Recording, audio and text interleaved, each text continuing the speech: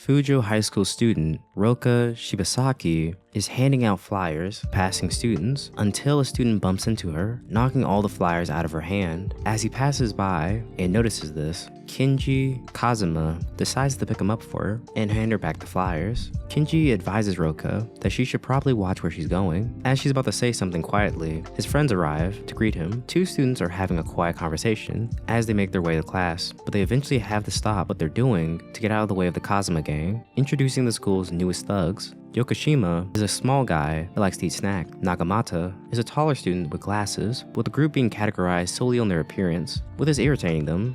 As a result, they consider whether they should join a club in order to meet some new people and change the image. Kazama decides it's too late for that, and he would much rather prefer to take control of the school by force. Meanwhile, Shitose Karasuyama informs all of them in the cultural club that they're in danger of being shut down, with them needing more students to stay around. The pink-haired girl and first-year student, Sakura Mikikami, questions why the school is concerned about them, but they're claiming they're big enough. Shitose informs them that the school is concerned because despite being called the cultural club, the group hasn't created a single cultural event. Sakura tells her that they play games, with Shitose saying apparently that's not enough. They wanted the group to change their name to the game club, but they would have to start creating games. Up until now, Shitose was able to navigate the club, but now they need to add new students. Minami Osawa is the blue-haired woman with a ponytail, and is also their faculty advisor, who enjoys sitting around doing nothing in the club, and has enjoyed doing nothing so far. Yokoshima is talking to the guys, saying how they need to start being more active if they want people to know who's boss, thinking about pulling off a hostage takeover,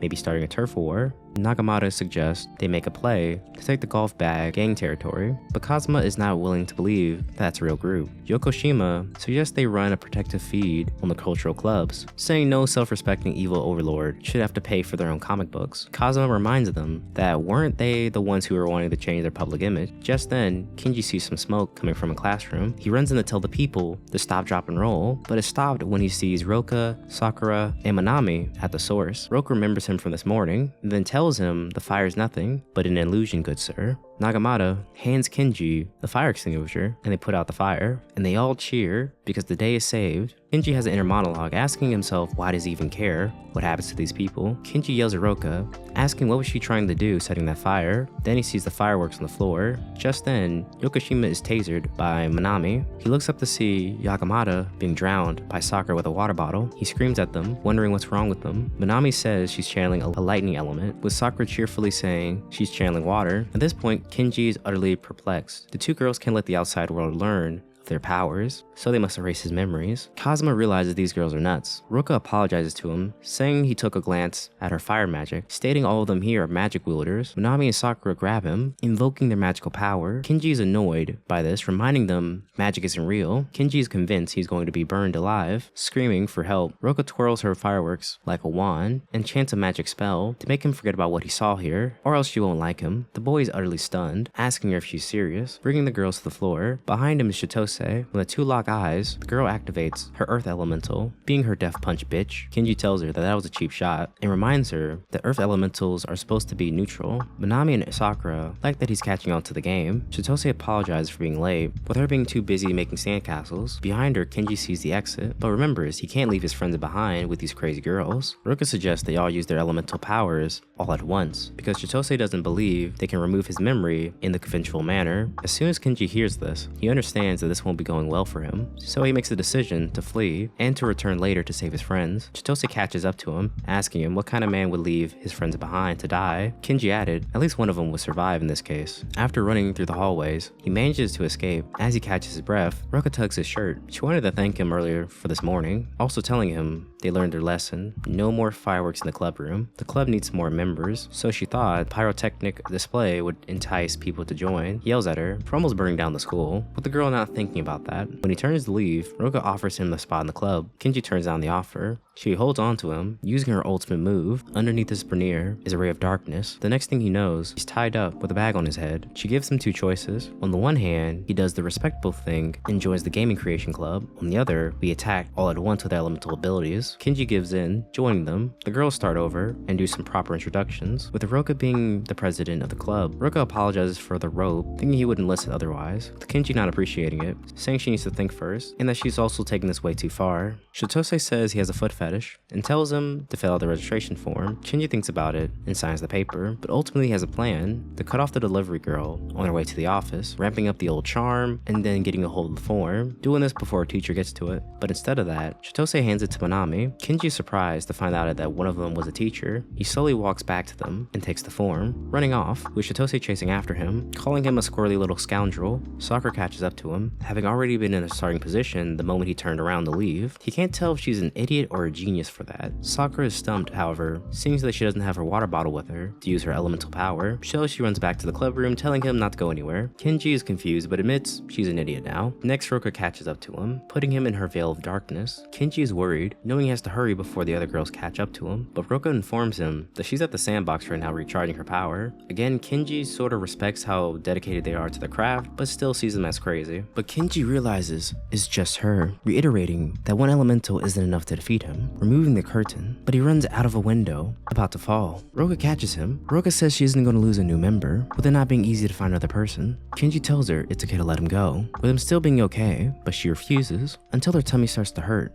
With Kenji questioning what happened to her determination, Roka reminds him that it's her dream to one day hear the little pitter-patter of little feet running around, picturing her future kids. The other girls make it in time to catch him. Shitose realizes he isn't going to join, and tells them they should leave.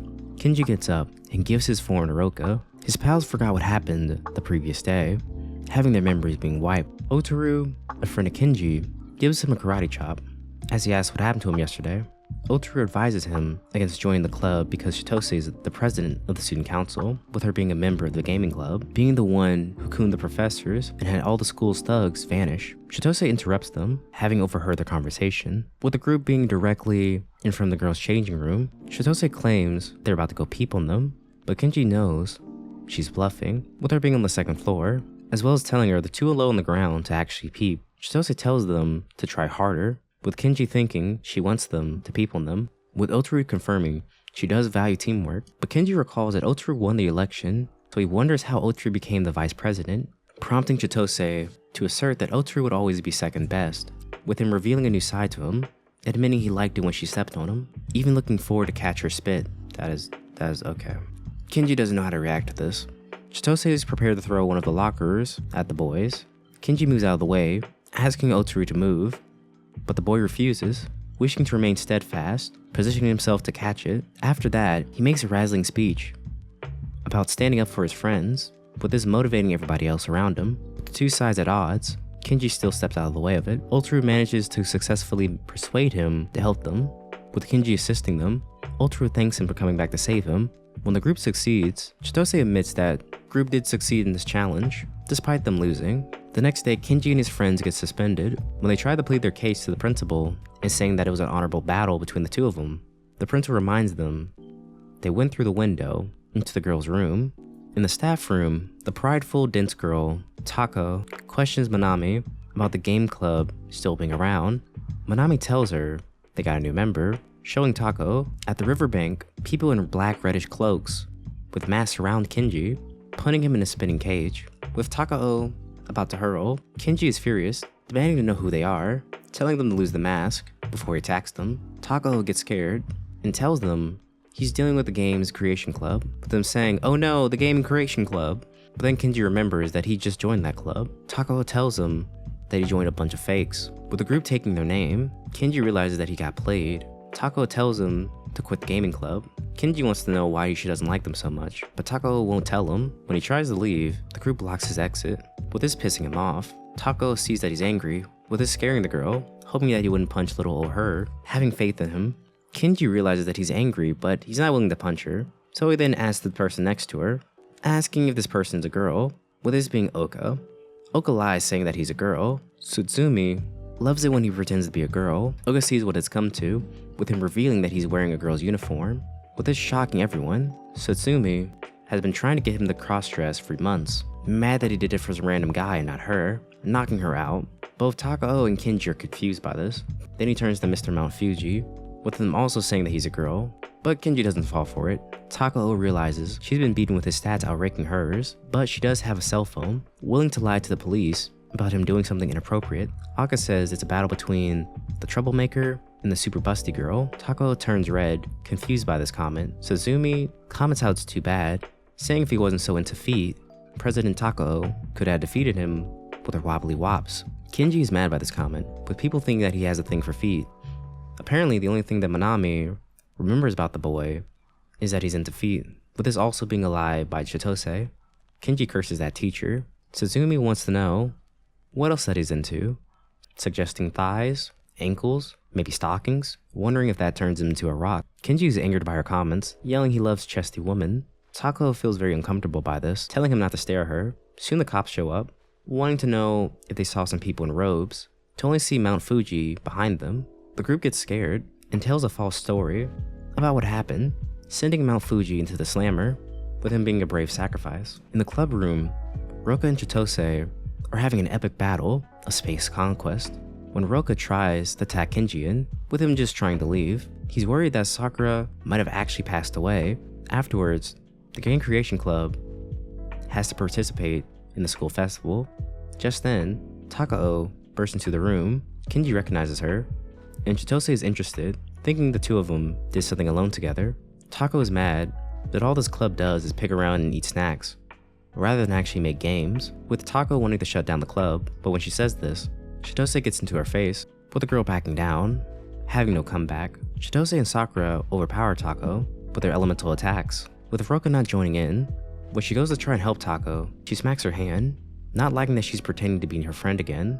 During Roka's freshman year, she joined Tako's club, but Roka was a bit weird. Eventually the members of the club ignored her, with this making Chitose very furious at them, and she acted very impulsively soon after. The club members avoided coming back because of this, and Takao had to reform her club by passing out flyers and regrowing it. Chitose gives Roka the idea to make a new club. Chitose tells him that he has to be the one to fix this, since the rest of the members are useless and she'd probably overreact. Roka catches up with her, trying to make up with Takao wanting her to join her club again, so she challenges Roka. For the school festival, both will make a game, and whoever's game wins, the winner will be absorbing the loser's club. And this is where we're gonna leave off in today's video, with this anime being broken down into multiple parts. Now if you like the video, why not subscribe? I'll be uploading daily videos just like this one, so I'll see you next time.